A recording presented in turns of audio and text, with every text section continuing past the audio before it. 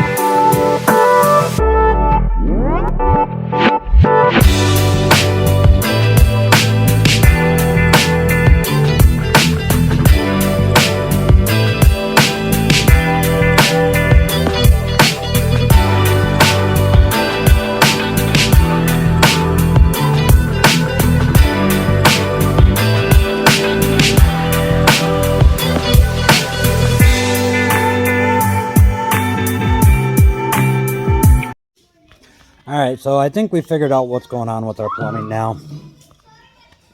So, when they did the rough-in, they measured to the inside instead of measuring to the outside of some of our walls. So, here's my print. That's the wall I just put up. That is that wall. That is the toilet we were talking about being off a foot, too far in. And we started taking measurements for the bathroom that's on the outside of that, our shop bathroom. And if you look, this is where the shop toilet's supposed to be. It ain't no foot. On top of that, our sink and water sewer is off about a foot. So that means we have to unbolt this wall and move it in a foot. So that way these are in the wall. Because one's a vent, one's the sewer. They're tied together, but one's a vent. They need to be inside this. Which would bring that closer by a foot. Which would make our toilet right.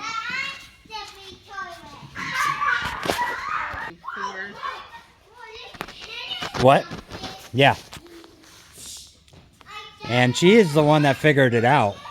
My beautiful wife is the one that figured it out. It was just because the toilet's wrong. So, I guess we're moving a wall now. Alright, so we're going to start moving the wall. I mean, I get to chisel them out. Ziana, quit. We're going to chisel them out, and then I may have to pull that 2x6 off the way and move it. Same as that one. Depends on how close I get. Fun, fun, fun. Things you find out after it's done. Bored.